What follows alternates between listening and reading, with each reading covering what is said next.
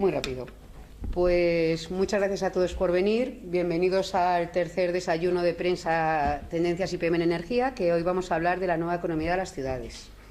La rehabilitación energética de edificios, la calificación energética, la regeneración del espacio y otros elementos constituyen las bases de una nueva economía de las ciudades como principales centros de consumo de energía y de emisiones de CO2. Pues en este desayuno lo que vamos a hablar son de los últimos desarrollos normativos que se configuran como el punto de partida hacia una nueva manera de entender la economía y la energía en el escenario de nuestras ciudades.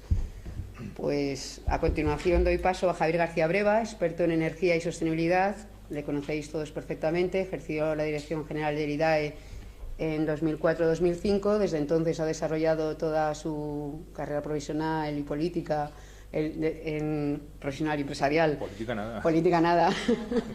En el mundo de la energía. Y bueno, estamos aquí porque, como dice él y como digo yo, pues tenemos muchas cosas que decir y estamos encantados de contároslas.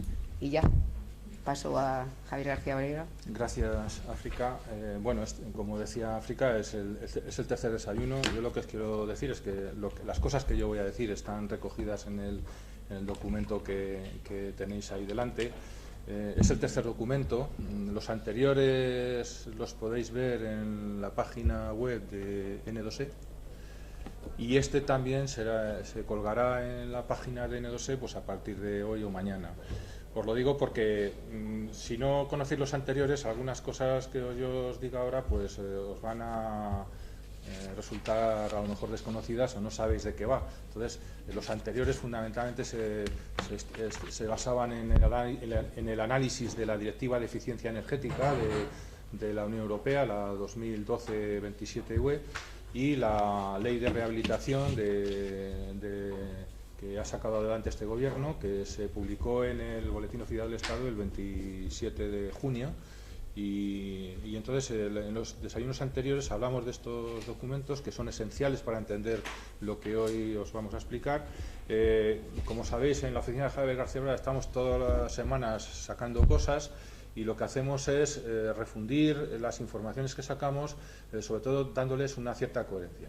En las últimas cosas que hemos hecho, lo que estamos intentando desarrollar es cómo la energía ha sido un elemento, yo iba a decir desconocido por un lado, pero también no tenido en cuenta a la hora del diseño de las ciudades, del diseño de los edificios, del diseño del transporte, cuando las ciudades son a su vez el mayor centro de consumo de energía y de emisiones de CO2, con lo cual en un momento de crisis como el actual se puede leer de dos maneras: qué mal lo hemos hecho o qué gran oportunidad tenemos. La lectura que hacemos nosotros es que qué gran oportunidad tenemos, porque el haber hecho las cosas de una determinada manera en este momento lo que nos permite es tener un potencial de eficiencia energética, sobre todo en las ciudades, en la edificación y el transporte, que hace muy posible poner en marcha pues todo lo que es el marco normativo que se ha elaborado en la Unión Europea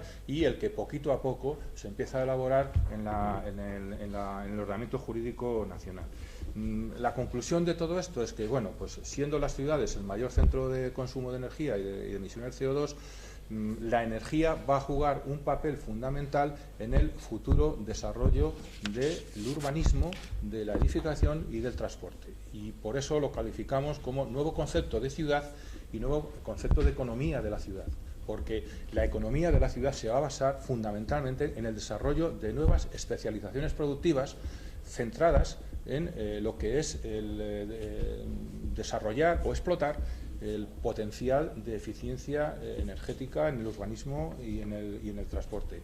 Y esas nuevas especializaciones productivas que van a venir de la mano de las tecnologías tanto renovables como las tecnologías de eficiencia energética, las tecnologías para gestionar la demanda, las tecnologías inteligentes, de redes inteligentes, de contadores inteligentes, las tecnologías de la información y la comunicación, las tecnologías de almacenamiento de energía, son un compendio de tecnología para la cual, o para las cuales las empresas españolas están perfectamente posicionadas, que nos abre seguramente pues una economía, una concepción de la economía muy diferente a la que tenemos incluso hasta el día de hoy establecida en nuestra política económica y en el devenir de nuestra política energética, y esa transformación se está produciendo ya. Yo esto ya adelanto cosas que vamos a escribir en el futuro.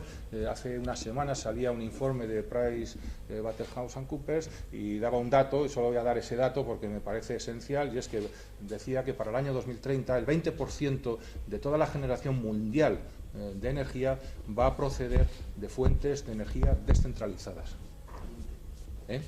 El 20% de toda la generación mundial de energía va a proceder de fuentes descentralizadas. Esto es abrir las puertas a un nuevo modelo de negocio energético, que es en lo que nosotros, África y yo, denominamos un día N2E. Y eso se traduce en un nuevo concepto de ciudad y un nuevo concepto de economía de la ciudad. Bien, en el documento que os hemos dado, ¿cómo se concreta, cómo se puede concretar esto? Entonces, la primera información que os damos es que en el 22 de mayo, apareció una comunicación, una decisión de la Comisión Europea, donde ya se pone en marcha la Directiva de Eficiencia Energética.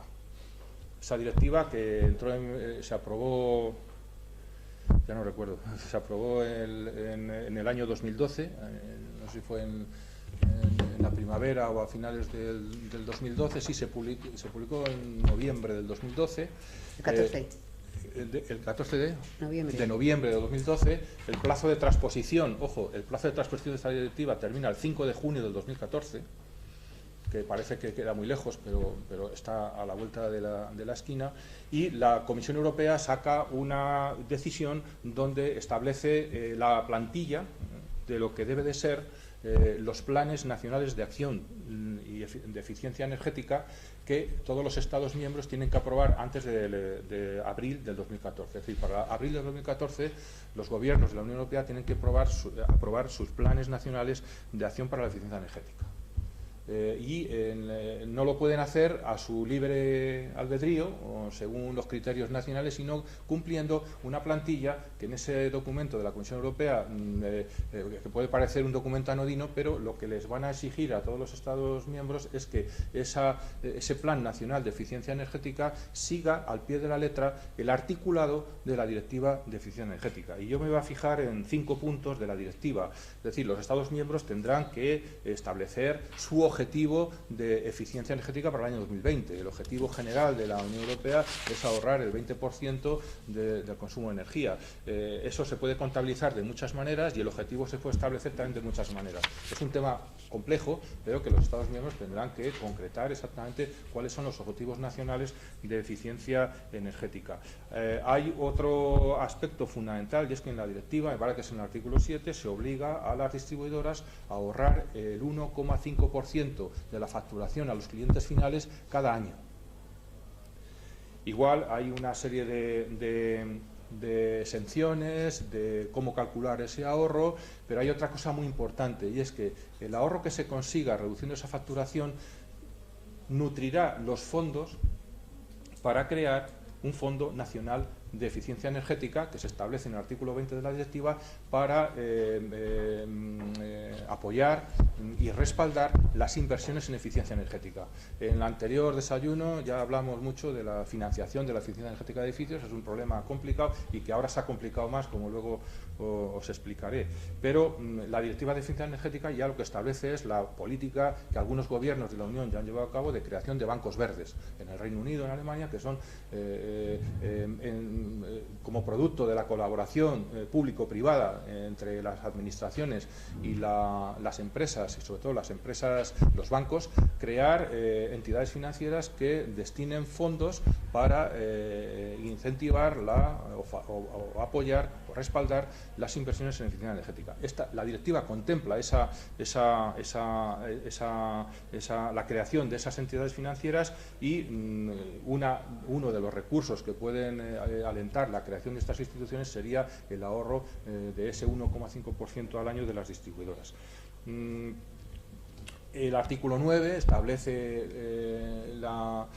los criterios que marca Europa para que los consumidores finales puedan acceder a los contadores, es decir, que los contadores puedan ser accesibles al consumidor final, que el consumidor final tenga acceso, digamos, en tiempo real a lo que marca el contador, que sean contadores que puedan leer el balance neto y que puedan tener acceso directo tanto el consumidor como aquellas terceras personas en las que delegue el consumidor.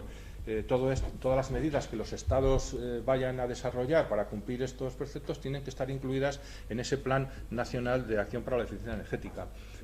Hay varios artículos de la directiva que se centran fundamentalmente en facilitar, o que los gobiernos faciliten, el acceso directo de los consumidores a los servicios energéticos y de manera independiente a las distribuidoras, es decir, que el consumidor pueda elegir libremente una empresa de servicios energéticos o unos servicios energéticos para ahorrar energía o para desarrollar actuaciones de eficiencia energética en los edificios o en los barrios.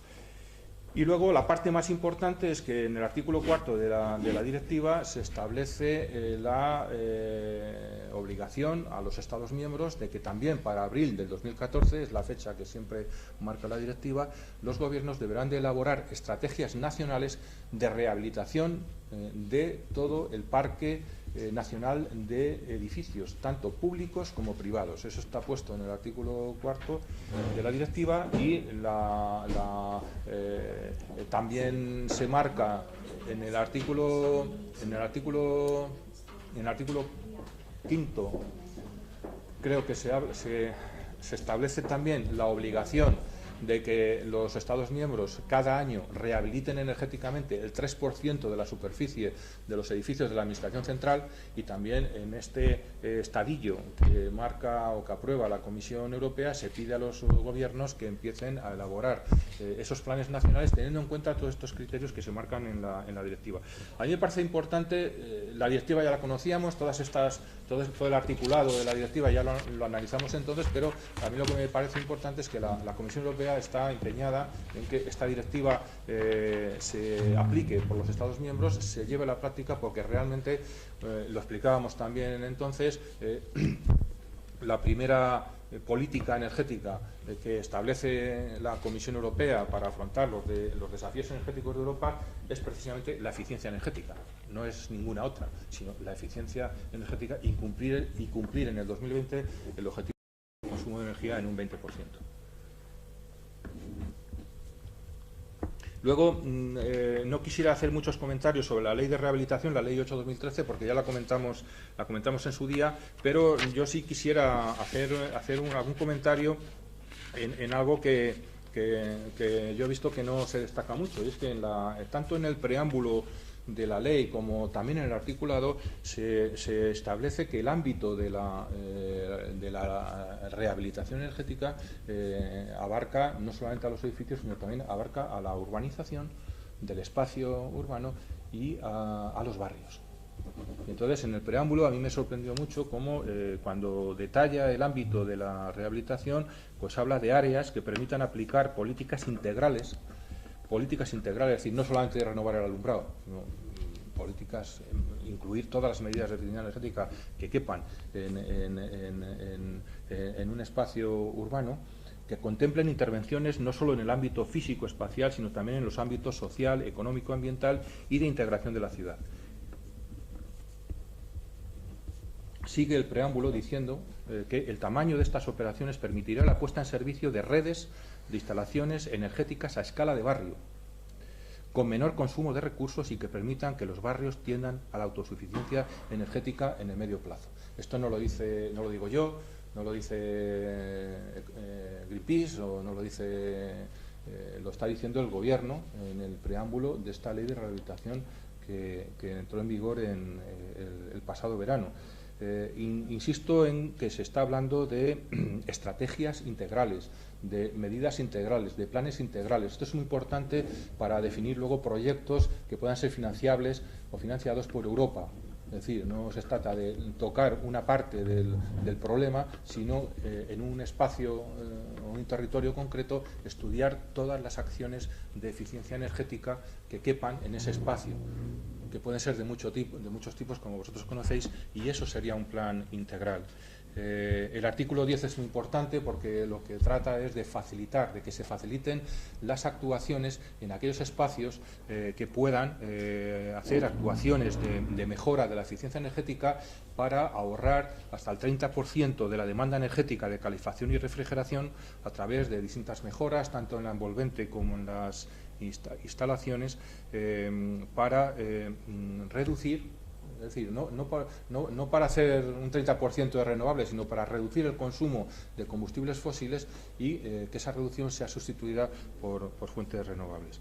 Luego, insisto, aquí hay otra parte muy importante. Yo creo que es posible que haya alguna otra norma que lo cite, pero es la primera vez que yo veo en un documento como este una cita expresa a las empresas de servicios energéticos.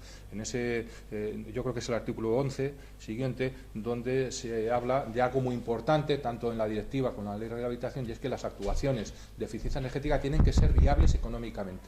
Es decir, tienen que ser rentables. Una actuación que no sea viable económicamente no se debe hacer. Pero ese análisis de viabilidad económica de las actuaciones se deja en manos de las empresas de servicios energéticos a través de los contratos de servicios energéticos o contratos de rendimiento energético, es decir, basado en que la inversión se recupera a través de los ahorros energéticos que se obtengan.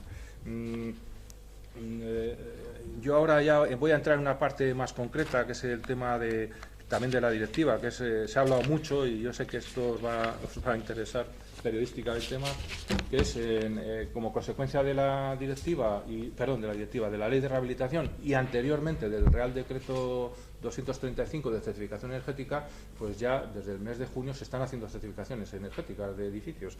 Yo el otro día vi unos datos que seguramente habéis visto vosotros, pero que me llevan a una conclusión absolutamente espectacular en el caso de España, de nuestro país.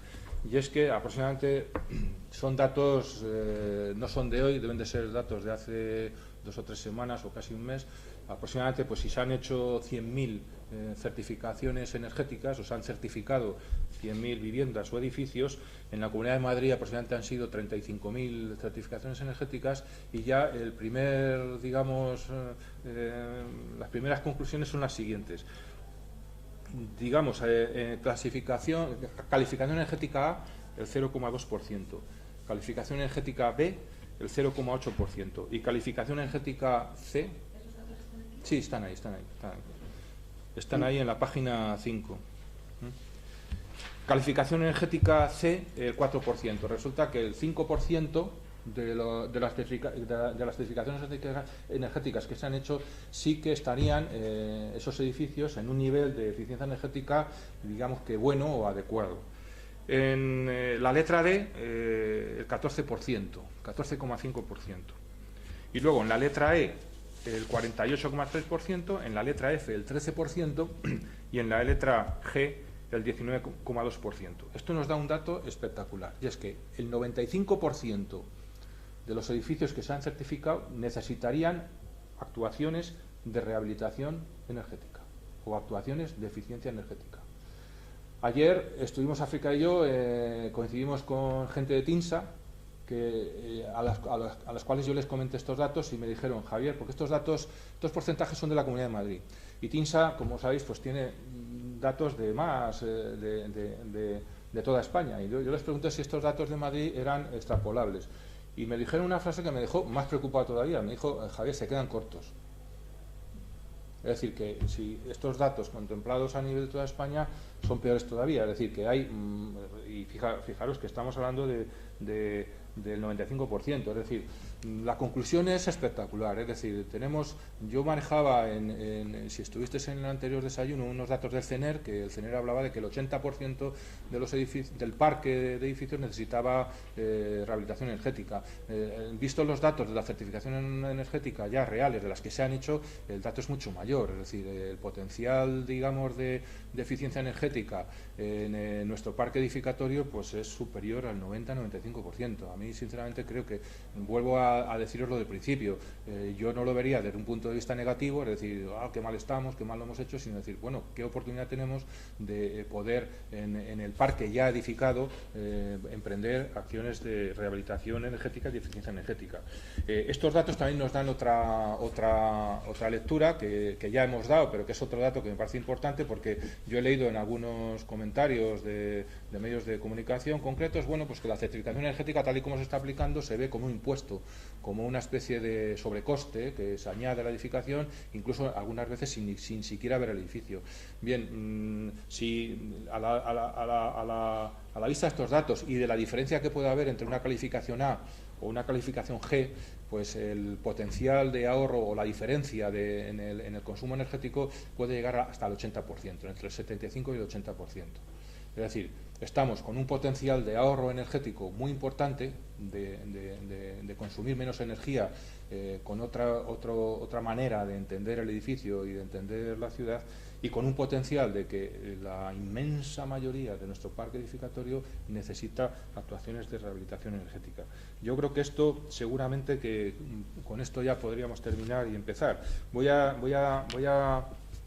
hacer algún comentario, simplemente hacer referencia, o lo hacemos en el documento, pues a las ayudas que se aprobaron en el Real Decreto 233 del mes de abril, a los nuevos criterios de los fondos FEDER, que van a incidir como tema prioritario en Europa a partir del año que viene en la eficiencia energética como prioridad en la aplicación de los fondos FEDER. Eso va a llevar a que el 20% del FEDER se tiene que destinar a eficiencia energética. Insisto en un tema clave, Europa, cuando hace esto, lo hace por muchas razones, pero la primera de todas es que considera que la eficiencia energética es innovación tecnológica. Y los fondos FEDER tienen dos aplicaciones fundamentalmente: lo que son infraestructuras y lo que yo califico, entre comillas, cemento, o inversiones en cemento, e inversiones en innovación tecnológica. Europa lo que está planteándose es cómo competir en mejores condiciones con las economías como la de Estados Unidos o la de Japón, y ha considerado que la eficiencia energética como factor de innovación tecnológica necesita ser considerada como un factor prioritario a la hora de aplicar los fondos estructurales. Esto para España tiene una importancia clave por dos razones. Yo lo digo ahí con cierta diplomacia, en el sentido de que, en primer lugar, son fondos muy importantes, es decir, pues comparando lo que ha sido el FEDER para España en el actual periodo financiero de la Unión Europea, 2007-2013, si añadimos los importes que España ha podido captar de los programas Horizon o Energía Inteligente, podemos hablar entre 3.000 y 4.000 millones de euros que se podrían destinar a eficiencia energética o a financiar proyectos o respaldar proyectos de eficiencia energética en España en los próximos 7 años. Esto, con las medidas de la directiva, contemplan un abanico de posibilidades que realmente habría que ponerse a estudiar. Yo sí tengo constancia de que el Ministerio de Fomento está muy preocupado ahora por poner en marcha esa estrategia de rehabilitación energética.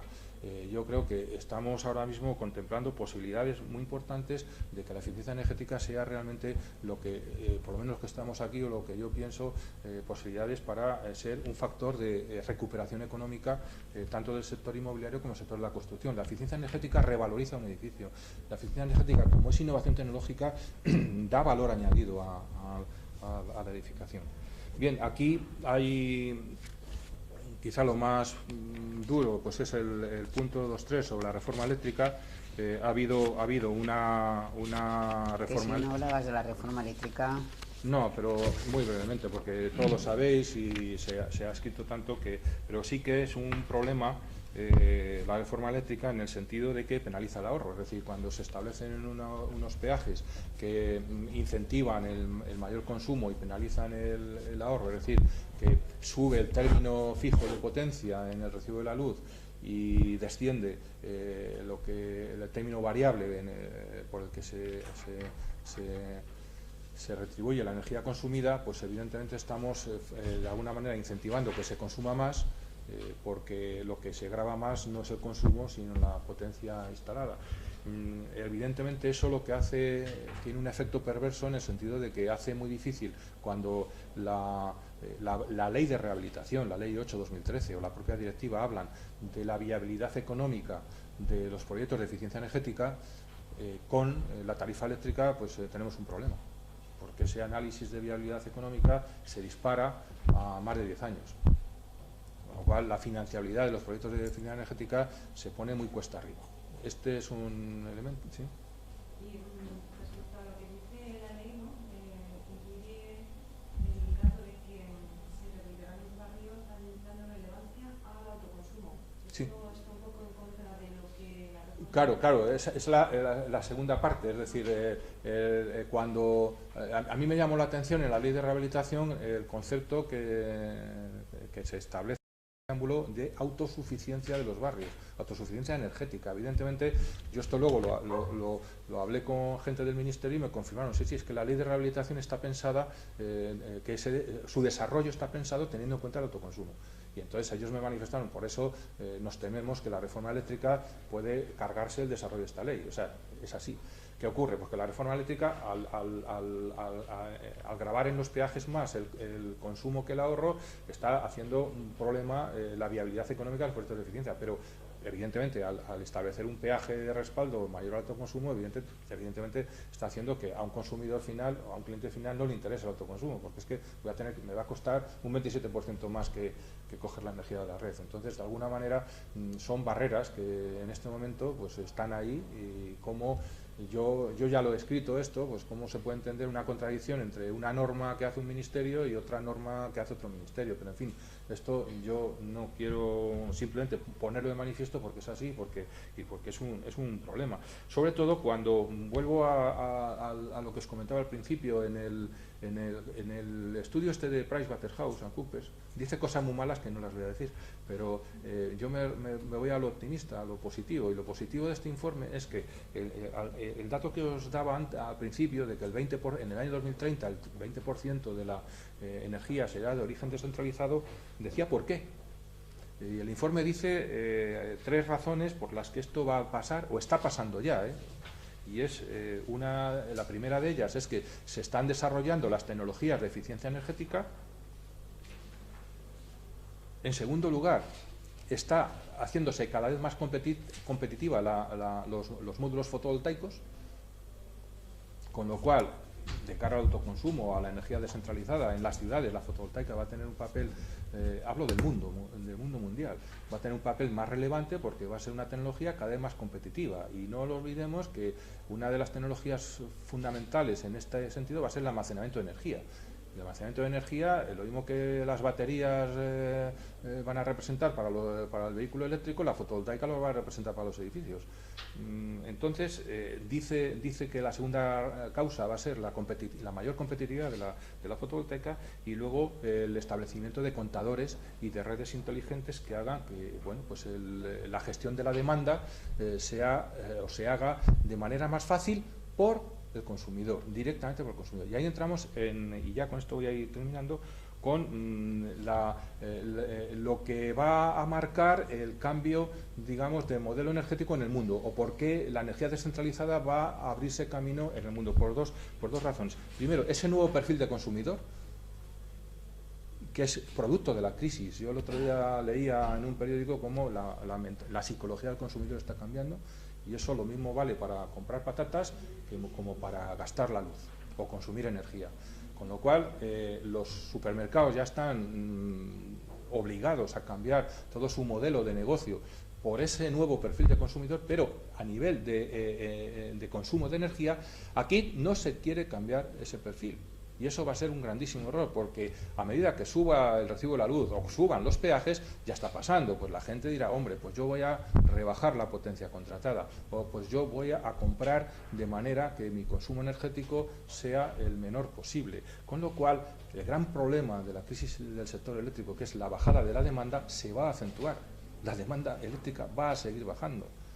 Y ese nuevo perfil de consumidor lo que necesita es ser dueño, o pasar a ser dueño de su consumo energético. y dueño de su contador también, de su contador de electricidad. Este nuevo perfil es el que evidentemente va a imponer pues un nuevo cambio en el modelo de negocio de la energía y en el nuevo modelo de negocio eléctrico. Y evidentemente eso afecta también a la ciudad. Ese nuevo perfil de consumidor hace que el uso de la energía se considere de otra manera. Y ya termino. Hay una última página olvidada, pero que nosotros, yo creo que África y yo vamos a sacar del olvido, que es el impacto socioeconómico del mercado de la eficiencia energética en el horizonte de 2020. Esa última página está sacada de un documento olvidado, pero que se aprobó justo ahora hace un año. Justo ahora hace un año, no, perdón, hace 2 años, en el 2011, joder, no cuento. Hace 2 años se aprobó el plan de ahorro y eficiencia energética, el plan de acción de ahorro y eficiencia energética 2011-2020. Es un plan que podéis ver en la página web del IDAE, es muy grande, pero hay un informe muy resumido que habla del impacto socioeconómico de la eficiencia energética en España. Y lo que viene a decir es qué pasaría en España o qué impacto tendría en el sector de la eficiencia energética cumplir el objetivo de ahorrar el 20% de consumo de energía en el año 2020. Bueno, pues si veis el cuadro, yo destacaría la última línea de todas. La última línea de todas es que realmente la conclusión es que el sector de los servicios energéticos se triplicaría. Se triplicaría la magnitud del sector, se multiplicaría por 3 la producción, el valor añadido bruto y el empleo.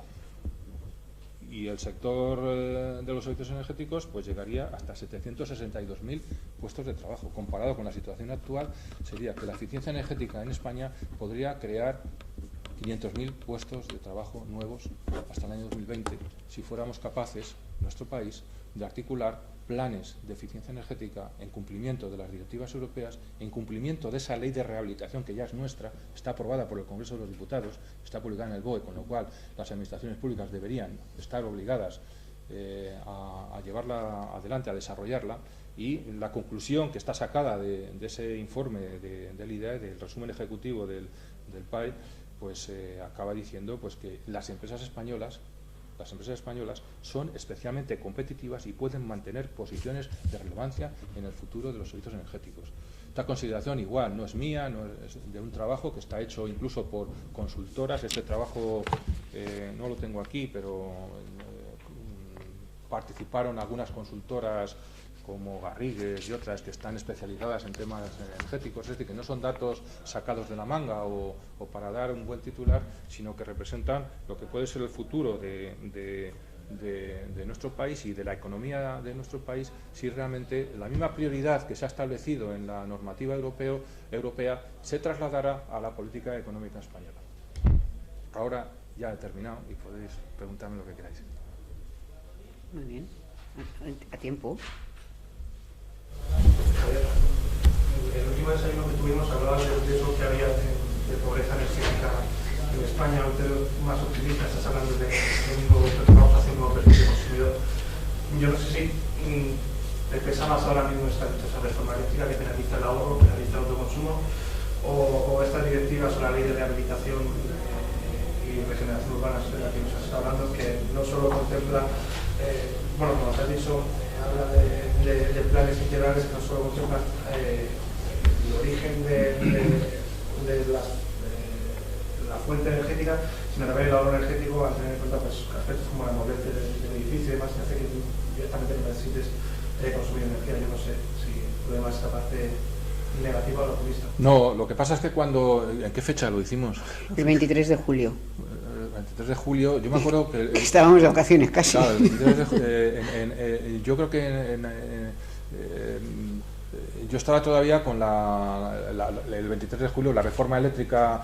O sea, yo en la cabeza tenía esa contradicción flagrante que se produjo en una semana. El 27 de junio se publica la ley de rehabilitación en el BOE, aprobada por el Congreso y tal, pero su texto yo realmente no lo conocía hasta la primera semana de julio, y justo es la primera semana de julio cuando desde el Ministerio de Industria empiezan a bombardearnos a todo el país con las 800 páginas de toda la reforma eléctrica.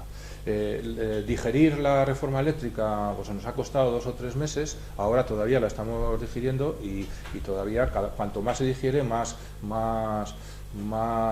digamos, más negativa se ve, y no hay más que remitirse a los informes de la Comisión Nacional de Energía, la Comisión Nacional de la Competencia o del propio Consejo de Estado. Yo en aquel momento pues tenía más clara tenía más presente la orden de peajes. La orden de peajes pues realmente fue muy negativa, en el sentido de que la única solución que se quiere darle al déficit tarifario es la recaudatoria, porque el 75% del sistema eléctrico español se financia con los peajes. Con lo cual, es más, yo ahora estoy escuchando cosas que me dejan un poco atónito, porque la ley del sector eléctrico lo que establece es la revisión automática de los peajes. Eso lo que quiere decir es que en el momento en que haya déficit, subida de la luz. O lo pagarán las eléctricas. Las eléctricas tienen una ventaja, es que lo van a trasladar al consumidor automáticamente, con lo cual, aunque yo oigo cosas que dicen que no, estoy convencido que va a subir la luz, pero cataclás, porque la subida automática de los peajes no quiere decir otra cosa. ¿Hay déficit? Pues... Y entonces, en ese momento, a mí lo que más me preocupaba era, porque yo cuando hablaba de pobreza energética estaba pensando en la dependencia energética. Un país que importa el 80 y pico % de la energía que consume es un país pobre. Y yo siempre la idea que tenía de pobreza energética no es la que los sociólogos, de la que hablan los sociólogos estos días, de que si el 10% de la población o de los hogares no puede pagar el recibo de la luz. Yo, es más, cuando di este desayuno dije, yo nunca creía que iba a tener que hablar de pobreza energética en un país como España, porque es que no se entiende. O sea, que hablemos en España de pobreza energética no se entiende. Eso es que las cosas se han hecho muy mal, que el sistema está fatalmente diseñado y que no es justo, y yo diría que es antisocial, el que la única medida de equilibrar las cuentas del sistema eléctrico sea gravando siempre al consumidor. Porque al consumidor, lo explicaba entonces, se le grava 3 veces, se le grava en los peajes, se le grava en los presupuestos generales del Estado, porque la otra gran medida de la ley del sector eléctrico es que lo que no se financie con los peajes se financiará con los presupuestos generales del Estado. Con lo cual, oiga, a través de los impuestos también se va a gravar al consumidor, y la tercera vía de gravar al consumidor es impidiéndole la eficiencia energética.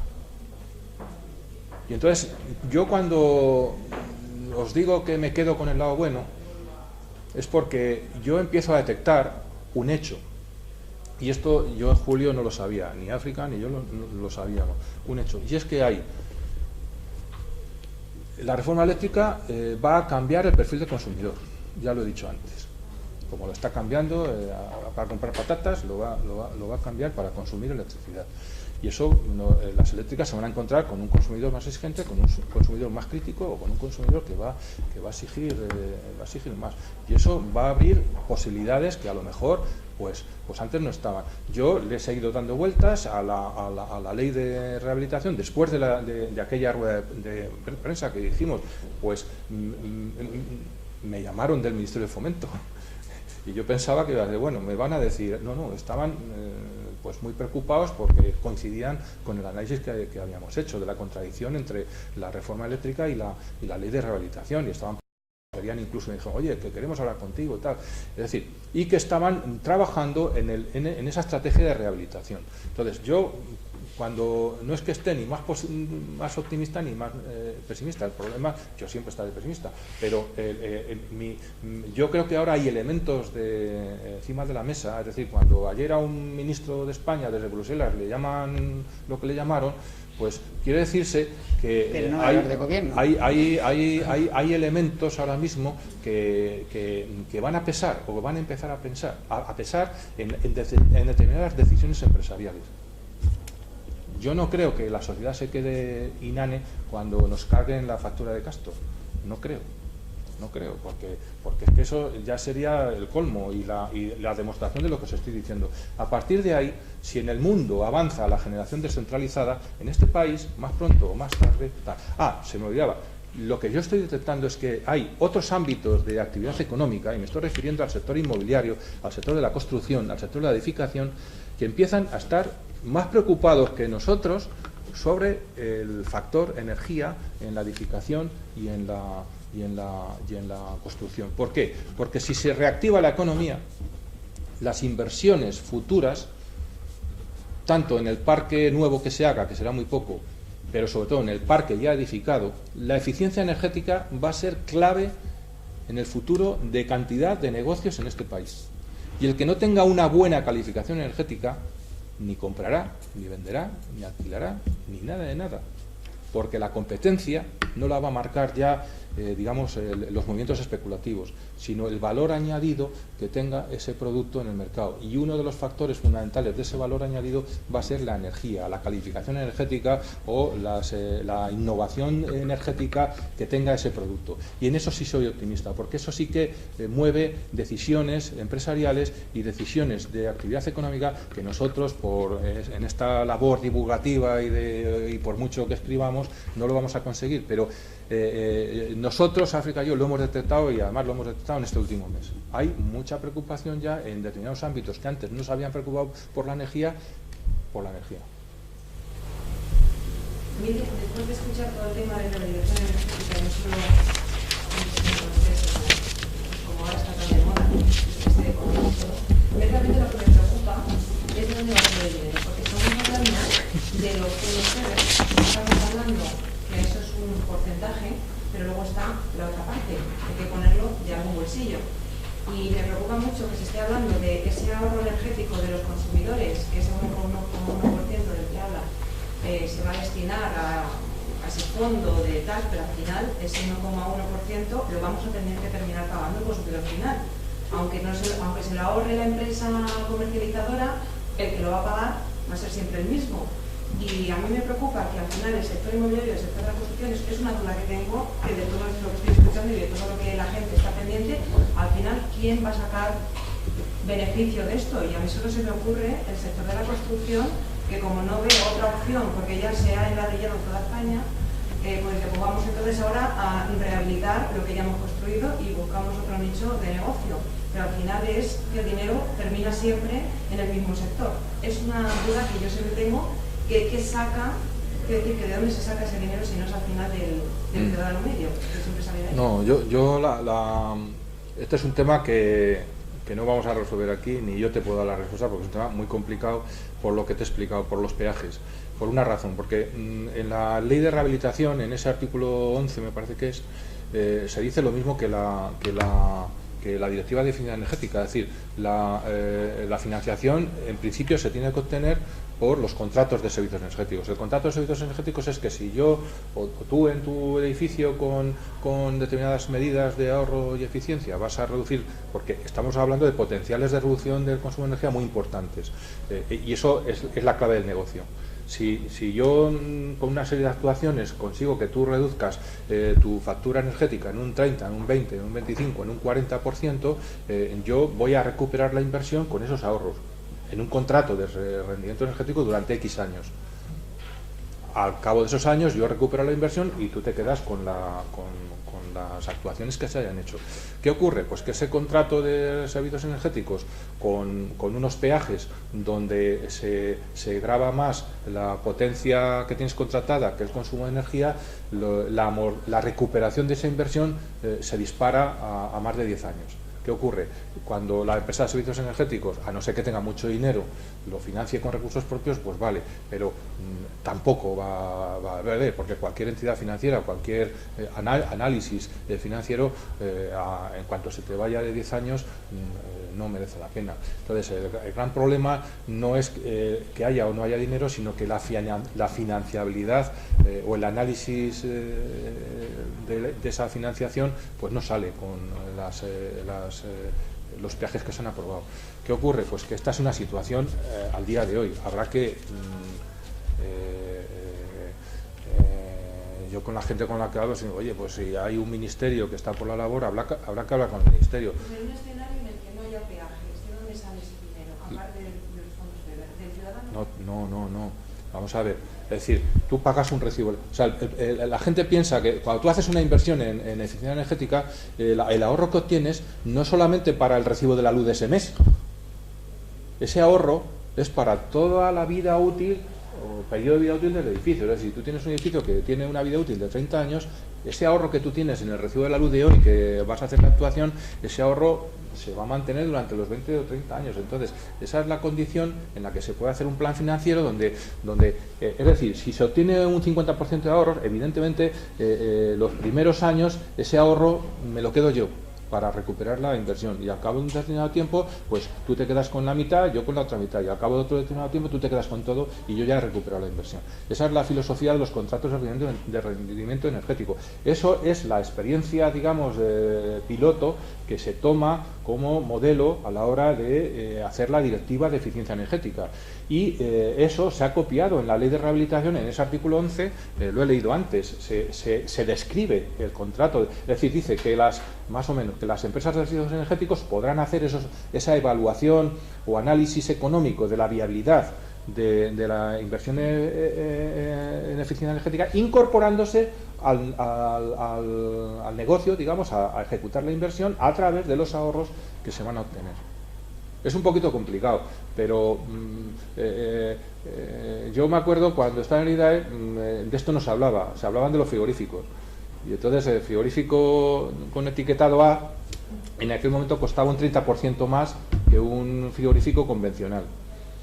Y entonces, claro, cuando una pareja de novios iba a casarse, iba a comprarse el frigorífico, pues claro, compraba el convencional, porque el otro le costaba un 30% más. Y entonces yo, ingenuo de mí, le explicaba, ya, pero es que una inversión en eficiencia energética, ese ahorro del 30% no es el precio del frigorífico, es ese 30% multiplicado por toda la vida útil del frigorífico, que eran 15 años. Y entonces sacabas el ahorro energético del frigorífico durante los 15 años, y claro, y evidentemente el ahorro era infinitamente superior al incremento de la factura. Pero claro, la mentalidad del consumidor, pues vuelvo al perfil del consumidor, primero es cortoplacista. Es decir, oiga, yo necesito comprar el frigorífico hoy y no me voy a gastar un 30% más porque es una barbaridad. Hombre, ¿qué ha pasado en este caso concreto? ¿Qué es lo que va a pasar con los edificios? No pongo el ejemplo de frigoríficos por hacer una broma. En el año 2004 era muy difícil encontrar un frigorífico etiquetado A. Ahora ya los tienes, no los hay que no sean de etiquetado A, plus. Y ya no hay diferencia de precio, con lo cual, los edificios, a mí me gusta hablar de edificios, no solo de viviendas, edificios, va a pasar lo mismo. Ahora mismo es parece, siempre viene el que dice, no, es que esto es un sobrecoste, era lo que decían los arquitectos hace 10 años. Ahora, yo el otro día estuvimos en una reunión de arquitectos y están más interesados que nunca por la energía y por el uso de la energía y la utilización de la energía. Y ese cambio, que ya no solamente es el perfil, no estamos hablando del cambio del perfil de consumidor, sino el cambio de perfil de profesionales que antes no habían caído en la cuenta de esto y ahora sí han caído. ¿Por qué? Por un dato que dábamos en el informe anterior, es que el coste de explotación de un edificio, el 30% del coste de explotación de un edificio es la energía. Con la marcha que llevamos, eso no va a seguir nada más que subiendo, con lo cual a una empresa ya esos costes energéticos se les hacen insostenibles, con lo cual hay que bajar esos costes de explotación de la energía y solo te queda la eficiencia energética. Ahora, hoy no resolvemos aquí el problema de la financiación, porque es un problema muy complicado y que la reforma eléctrica lo ha hecho mucho más complicado. Pero claro, yo lo digo y me parece, en una economía racional, prescindir del ahorro de energía. O sea, que en la reforma eléctrica, en esas 800 páginas de la reforma eléctrica, el ahorro de energía no aparezca. Eso no es de un país moderno. No es de un país moderno. Y mucho menos de una economía moderna. Y una economía moderna que no sea eficiente, y no solamente hablo de energía, hablo del agua, por ejemplo, de los alimentos, una economía que no sea eficiente con sus recursos, es una economía que acabará con crisis energéticas, con crisis alimentarias, con crisis ambientales, etcétera, etcétera, etcétera. Y yo creo que ahí hay una ceguera que impide ver lo que hay detrás. Y lo que hay detrás, oiga, que aquí no vamos a vivir solamente el semestre o el trimestre que nos queda de 2013, ni el primer semestre del 2014 o el segundo. Aquí vamos a vivir muchos años y con generaciones que vendrán detrás de nosotros. Y de alguna manera lo que se está estableciendo es una barrera para el futuro, ¿no? Un futuro que no sea eficiente en el uso de los recursos, pues es una barbaridad desde el punto de vista de economía racional. Aunque no vayamos a hablar aquí el problema de la financiación, ¿te parecen modelos como planes como el Pimasol, aunque se refiere solamente al sector hotelero, canaliza la financiación que viene de fondos europeos a través de entidades bancarias que te exigen unos requisitos a la hora de llevar a cabo la actuación, y por otro lado, además del ahorro que vas a tener llevando a cabo esa actuación, ese ahorro lo tienes bonificado con la compra de millones de euros. No sé si además es viable que este modelo se extienda al resto del mundo. Claro, sí, es que yo creo que ese tipo de iniciativas no solamente son positivas, sino que hay que multiplicarlas. Es decir, no solamente a los hoteles o a determinadas infraestructuras, sino a todo. Ahí el problema, pues es que para mí, fijaros, no es tanto un problema de dinero. Es un problema de dinero, pero no es tanto, la solución no depende tanto de que sea un problema de dinero como un problema de prioridades. Es decir, a mí lo que tú dices me parece muy bien. Ahora, mientras sea una experiencia aislada, a mí no me convence. Y sobre todo, que no sea una prioridad de la política del Ministerio de Industria o del Ministerio de Economía o del Gobierno. Es decir, yo siempre he echado en falta, o sea, yo me acuerdo cuando los japoneses llega al Consejo de Ministros de Japón y dicen todos los ministros sin corbata. Y todos los edificios de la administración pública a baja temperatura, o los termostatos a bajar. Habían tenido un accidente, habían tenido de Fukushima, se habían quedado sin electricidad en el país, y dice, ahorrar energía. Entonces sale primero el ministro y tal, o que llegan los ministros de Dinamarca y van en bicicleta al Consejo de Ministros. Son chorradas, pero ¿qué están indicando? ¿Qué es prioritario? Es decir, yo cuando leo los documentos de la Comisión Europea, lo que más me gusta es que entre las prioridades de la política energética de la Unión Europea está la eficiencia energética. La eficiencia energética. La prioridad máxima de Bruselas en energía es reducir la factura de las importaciones de gas y de petróleo. Ese es el primer desafío. El segundo, reducir los precios de la energía. Y luego, cuando dice la Comisión Europea, ¿y cómo lo vamos a hacer? La primera política, eficiencia energética. Entonces, mientras sean actuaciones aisladas, yo te digo que sí, que son muy buenas y tal. Ahora, todo eso, si no se mete en un envoltorio más general, en el sentido de un plan, como dice, yo espero que el Gobierno de España a lo largo del año 2014 elabore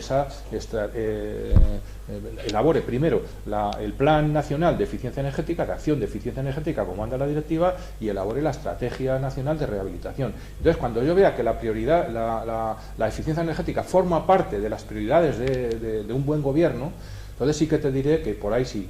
Porque entonces ya no solamente hablaremos de un plan para hoteles, hablaremos de un plan para edificios. Claro, bueno, no quiero hablar de planes de edificios de la administración pública, porque ya hemos tenido suficiente experiencia fracasada como para anunciar una nueva. Pero tendría que haber una prioridad de la eficiencia energética en la política económica y en la política energética. Y eso hoy por hoy, pues evidentemente, yo creo que estamos lejos de verlo. Lo acabo de decir, para todas las cosas hay que creer en ellos. Lo que has comentado de Japón, pues Manuel Canales del año 2001 ya nos obligaba a ir sin corbata en verano. No es ninguna cosa nueva. Eso es así, pero porque estábamos en una empresa que creía totalmente en la eficiencia y creía en todas esas cosas. Y en 2002-2003 compró empresas y empezó a hacer energía renovable en todo el mundo. Yo estoy absolutamente todo de acuerdo con lo que ha dicho Javier. Yo sé que tú lo vas a decir, pero yo lo digo, la ley del sector eléctrico es una ley tramposa. Entonces hay que decirlo claramente. Efectivamente, en el preámbulo sí que habla de la sostenibilidad, sí que habla de las energías renovables, y sí que habla del autoconsumo, lo habla en 3 páginas. Y a partir de ahí se lo carga con números. Es así. Pero de hecho el autoconsumo, dicho tal cual, nunca lo estuvimos después de una reunión con un señor de la Dirección de Energía, que claramente se ha puesto numéricamente con un peaje de respaldo para que no sea. Sí. Eso ha sido así, y eso nos lo han dicho nosotros. Yo pertenezco a la plataforma del autoconsumo, la Federación Distribuida, soy el gerente secretario general del CNI, de la Federación de Instaladores Eléctricos, y entonces ha sido así. Entonces, en la parte esa, de luego, soy muy pesimista y somos muy pesimistas. A pesar de que ayer estuvimos con la directora de arquitectura, con la Pilar Martín, reunidos, y ella es totalmente optimista. Aunque reconoce que su vida es paralela totalmente a la del ministro Soria, sí, paralela que nunca se encontrarán de momento. Dicho esto, y a la pregunta que decían por ahí del tema económico, totalmente de acuerdo contigo. Al final las empresas de servicios energéticos van a ser constructoras, la mayoría, y evidentemente quieren entrar en este negocio y evidentemente van a entrar. ¿Y el dinero quién se lo va a quedar? Pues hombre, cuando acabe de pagarse todo, se lo quedarán los propietarios de los edificios, sin duda, porque se lo ahorran. Mientras tanto se van a quedar las eléctricas, porque no entran los peajes, y las empresas de servicios energéticos, que aunque desde algunos sectores empresariales intentaremos que no sean solo contratistas, constructoras o exconstructoras con titular de ese, intentaremos que sean también otro tipo de empresas, mayoritariamente van a ser esas. Porque realmente, por decir de alguna forma suave y coloquial, la alegría que tenía ayer doña Pilar Martínez transmitía claramente la alegría que tiene todo el sector de la construcción porque se le abre la puerta de un nuevo negocio. Alegría totalmente coyuntural. Les pasa porque se les ha acabado el cemento y el ladrillo, sin ninguna duda, porque evidentemente los arquitectos tenían tu razón. Los arquitectos hace 10 años no, hace 4 años les daba igual, se le traía al país totalmente un certificado de eficiencia energética por ahora están metidos todos como locos en ello, porque evidentemente tienen que hacerlo porque no les queda otro. Es así. Sí, pero que... Es así. O sea, eso es la realidad de este país. La realidad de este país es que primero no hay ningún plan de nada. Y es todo absolutamente coyuntural. Es coyuntural que se saque una reforma del sector eléctrico de 900 páginas, que es un auténtico jeroglífico aposta dictado por la gran distribuidora de electricidad, por un lado, y por otro lado es coyuntural totalmente que la Dirección de Arquitectura, en el suelo y urbanismo estén ahora seguramente encantados de que la eficiencia energética va a ser la salida de este país. Dicho esto, yo soy muy optimista porque los empresarios instaladores de electricidad y telecomunicaciones pensamos que con todo esto y con el tiempo conseguiremos salir un poco de todo este valle en el que estamos todos metidos, ¿no? En el aspecto positivo, por ejemplo, de la reunión de ayer, doña Pilar Martínez nos indicó que la única estabilidad que tenemos en el caso de, porque hablamos también de autoconsumo, porque como sabes, en la ley de 27, publicada el 27 de junio, la 8/2013, se dice claramente el poder público apoyará la aplicación de energías renovables para el consumo propio de los edificios. Lo dice, vamos. Que ya lo dijimos en julio. De una manera clara. Pero claro, ahí venía la pregunta ayer de Pilar Martínez. ¿Y que cuando de esa Soria de qué hablas? Pues claro, evidentemente. Claro, pero es que no se hablan. Los ministerios son compartimentos estancos, entonces no hay una... se pueden ver en el Consejo de Ministros, bueno, no los ministros, pero yo la experiencia personal que tengo, pero no solo a nivel central, sino de las autonomías, normalmente las consejerías y los ministerios funcionan como compartimentos estancos, es decir, no se filtran, oye, voy a sacar esta ley, a ver qué te parece, no, cada uno va a su bola. Entonces, claro, por eso surgen estas contradicciones, no es que lo hayan preparado, mira qué ley ha sacado Fomento, y encima van a mí lo que me gusta de esa ley es que está aprobada por el Congreso de los Diputados, o sea, que no es una ley. Los decretos de Soria son decretos, los aprueban por orden y mando, y seguramente ya la incoherencia máxima es que los mismos que han aprobado la ley de rehabilitación aprobarán la ley del sector eléctrico, a lo mejor estos días, y ahí es donde entra la de decir, bueno, no saben de qué hablan. Un apunte a lo que has dicho. Hay un elemento del que no hablamos nunca, pero que es la clave del tema y que tiene que ver con el dinero, que es la fiscalidad. Es decir, yo espero espero, no sé, ahí sí que no soy optimista, pero espero que en esos papeles, porque a mí esto del gobierno de los sabios y el gobierno de los expertos, pues las experiencias son siempre muy malas, pero el señor Montoro ha encargado a una serie de expertos la reforma fiscal. Yo siempre he dicho que el mejor incentivo para la inversión en eficiencia energética es la fiscalidad, es decir, yo no quiero subvenciones o que no, me van a abonar 14.000 hasta 11.000 o 14.000 euros por viviendas y eso está muy bien, pero con eso no haces nada, es más, a lo mejor estás pervirtiendo la iniciativa. Lo que funciona es el incentivo fiscal. Oiga, si por ejemplo en estas letras que hablábamos, la calificación A, la calificación B, a cada letra le añadiéramos un tratamiento fiscal, estaría resuelto el problema. Estoy convencido. Y esa sería una propuesta, pues que vosotros o los que trabajáis en esto, oiga, ¿de qué sirve la calificación energética si no tiene una consecuencia en la fiscalidad? De muy poco, simplemente muy poco. Si para comprar y vender un edificio es esencial que la calificación sea mejor que peor. Pero si no tiene ese impacto fiscal, ya la inversión queda adormecida. Y yo estoy convencido que si a cada letra de la calificación energética le pusieras un tratamiento fiscal específico, que no es crear un nuevo impuesto, sino simplemente un sistema de beneficio, de incentivo y penalización. El que consuma más tendrá que pagar más y el que consuma menos, esto se ha hecho en las tarifas del agua y sobre todo hay mucha experiencia a nivel municipal. Es decir, yo me acuerdo que hubo años que se hablaba de tarifa de bloques también para la luz. Imposible, aquel debate no salió de la estantería del primer papel que se hiciera. Yo volví otra vez a la economía de los ciudadanos porque verdaderamente me preocupa porque estamos viviendo pues, gente que está muy ajustada. Verdaderamente lo que me preocupa son las leyes que obliguen a hacer cosas de nuevo a costa del bolsillo sin tener ese dinero. Entonces mi pregunta es, ¿esas leyes supuestamente de rehabilitación energética de edificios serán obligatorias hasta cierto punto? Entiendo yo. No. ¿Te obligan a hacer esa rehabilitación si la comunidad de vecinos, por ejemplo, yo me imagino, no puede asumir el coste de esa rehabilitación? Vamos a ver, la ley no obliga a... Eso me lo preguntaron ayer. Y tanto, sobre todo, tiene que ver con la calificación energética. La ley no obliga a que un edificio tenga, o a que tu edificio tenga determinada calificación energética. Tu edificio puede tener la G, tranquilamente. Y nadie te va a obligar que pases de la G a la C. Ahora, si tú quieres vender el edificio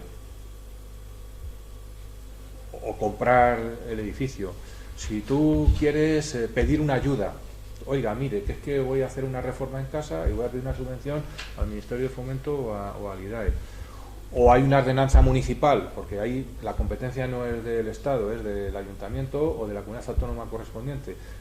El gobierno regional o local dice, mira, nosotros todos los edificios que tengan calificación G les vamos a pedir o una determinada antigüedad. Por ejemplo, en la ley de rehabilitación sí se dice que los edificios de sector residencial con más de 50 años tendrán obligatoriamente que hacer la certificación energética y evidentemente la certificación energética con las recomendaciones que tengan que hacer. Lo que también dice la ley es que evidentemente, y la directiva insiste mucho en ello, es que la rehabilitación tiene que ser viable económicamente. Yo no soy jurista, pero la interpretación que hago es que si tú dices, oiga, es que no me salen los números, pues nadie te puede obligar a hacer una inversión que no es rentable. O sea, y eso creo que queda claro.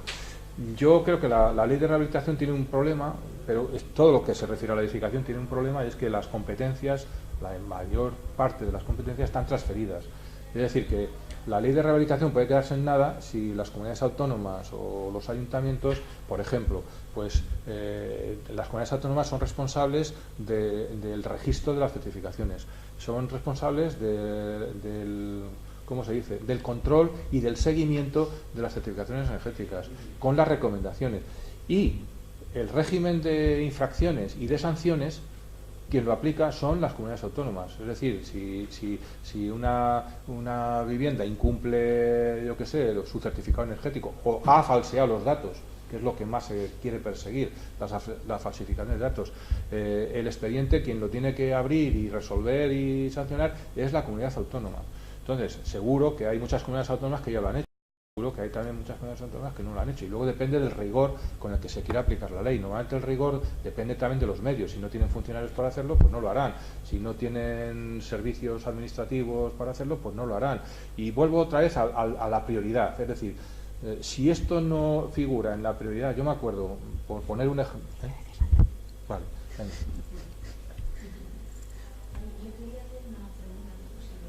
Sí, bueno, sí.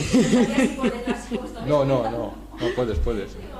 Pero si es ya un poquito más breve. Solo de concepto, o sea, como se oye mucho hablar del fenómeno de las Smart Cities, que hay un montón de empresas metidas y cada una de ellas aporta algo distinto. Mi pregunta es si todo lo que viene aquí a nivel de normas, de legislación, es como la base para el desarrollo de esas ciudades del futuro, ciudades inteligentes, o son cosas diferentes. Es que no me acabo yo de aclarar mucho con eso. Yo ahí estoy como tú. Sí. Yo hace poco leí unas declaraciones, no sé de quién eran, de que con esto de las Smart Cities se ha hecho mucha propaganda y al final es una manera de salir en los periódicos y de vender humo sin tal, ¿eh? Yo es una manifestación, es que no sé si lo hacía... No digas la fuente, que yo sé quién es. Sí, sí, pues sí, no recuerdo ahora no. quién fue. Pero es que yo además lo he visto escrito en algún, no sé si yo creo que era incluso algún alcalde o algún responsable municipal que dijo, con esto, sí, ya sé dónde. Ya. No. Bueno. Me lo contaron en A Coruña, gente del Ayuntamiento de A Coruña. Ya está. En fin, con esto de las Smart City, pues había mucha tal y mucho arroz y poco pollo. Entonces, yo creo que en la ley de rehabilitación y en todo lo que se está hablando de eficiencia energética no se ha introducido todavía, yo por lo menos en la ley, si vosotros la habéis leído mejor me corrigís, pero yo no he advertido todavía ningún elemento de redes inteligentes, de una cosa que yo he citado así de pasada, pero que ya hablaremos en un próximo desayuno, del almacenamiento de energía, de contadores inteligentes. Solo habla la directiva en su artículo 9, aquí no se habla nada de eso. Yo he pedido información sobre contadores a alguna eléctrica y en privado me dicen, o sea, mientras el consumidor no pueda acceder directamente a su contador, todo lo que te cuenten es historias para no dormir. Entonces yo creo que todavía no se ha dado el paso, porque claro, el paso siguiente es decir, oiga, yo he obtenido ya un nivel de eficiencia energética importante, ¿cómo puedo avanzar más? Porque el objetivo, y lo dice la ley de rehabilitación, que tiene luego una norma que ha sido la actualización del Código Técnico de Edificación, y en la orden de actualización del Código Técnico de Edificación se habla claramente, y eso que lo haga el Ministerio de Fomento a mí me parece una excelente noticia, habla ya de edificios, del concepto de edificios de consumo de energía casi nulo. Es decir, la ley de rehabilitación y la actualización del Código Técnico de Edificación persiguen un objetivo, que es cumplir el objetivo de la Directiva de Eficiencia Energética de Edificios, de llegar al año 2020 y 2018 en el que toda la nueva edificación, y yo añado, y la edificación existente tendrá que intentar llegar al concepto de edificios de consumo de energía casi nulo. ¿Eso qué quiere decir? Que ya avanzamos a la letra A. Y ya cuando queremos llegar a la calificación energética, ahí ya tenemos que empezar a contar con otras tecnologías. Ya no nos vale la envolvente del edificio, las instalaciones de calefacción y refrigeración, todas las medidas que conocemos de eficiencia energética. Ya tenemos que ir, aparte de las renovables, a sistemas inteligentes, de domótica, de sensores, etcétera. Pero yo creo que eso hasta ahora, mi modo de entender, la normativa todavía no ha llegado a ese punto. Sí que hay proyectos que yo calificaría de I+D, pues por parte de las propias eléctricas y por parte de centros de investigación, el otro día vimos una cosa de CENER, del CIEMAT, etcétera, que están trabajando en esa línea, pero todavía no es, como decirte, no son tecnologías que estén en fase de desarrollo y comercialización. Ahora, que el futuro va a ir hacia ahí, la directiva lo dice, la directiva de eficiencia energética añade ya redes inteligentes y contadores inteligentes. Ahora, yo creo que en este momento todavía está en una fase, yo diría que previa. Yo te puedo decir que hace 25 años aquí en España se hablaba de edificios inteligentes. En Madrid conozco